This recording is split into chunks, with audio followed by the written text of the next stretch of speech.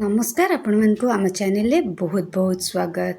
खरा दिन रे ठंडा ठंडा जूस पीवा को बहुत इच्छा होता है किंतु आमे मार्केट रो जाए जूस किणी आनता। आज चलतु आमे गोटे मिक्स फ्रूट जूस बनेबा जो पे कि एठी मु नेची गोटे मीडियम साइज रो एप्पल, गोटे कप नेची एठी मु ग्रेप्स एवं ता सहित नेची गोटे कप एठी मु डालिंब सबुतक जिनस को भल भाव आम ग्राइंड करदे। ये ना चीनी पकई ना गुड़ पकई जेहेतु फल आम नेचुरल स्वीटनर अच्छी तो से मत किसी भी एक्स्ट्रा स्वीटनर आवश्यकता नहीं।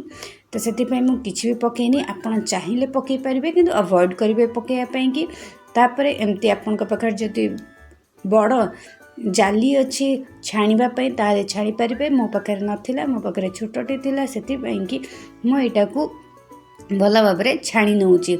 छाणी सारिला परे आपण देखिबे आमर पूरा फ्रूट जूस रेडी हो एवं तापरे आमे ताकू आम ग्लास रे काढ़ीबा एवं आपन को जदि दरकार ताहले आपण ठंडा पानी मध्य ऐड कर परिबे नहले आपन को पाखर जदि बरफ अछि बरफ मध्य ऐड कर परिबे। रहुची नमस्कार, जय जगन्नाथ।